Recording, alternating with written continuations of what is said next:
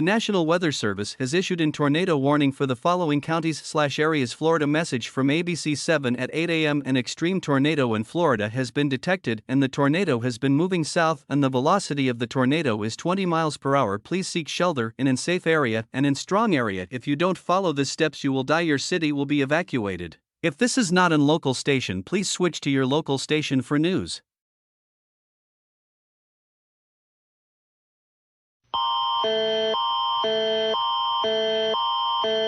A giant ball-like object has been crashing with buildings. Please don't seek shelter overground. Please seek and shelter underground. If you don't follow these steps, you will possibly die. And message en français viendra un boule gent comme un objet ss de crace avec de bâtiments volas nepas rechercher un abri overground volas chercher un abri souterrain. Si vous ne savez pas ces étapes, vous mourrez peut-être.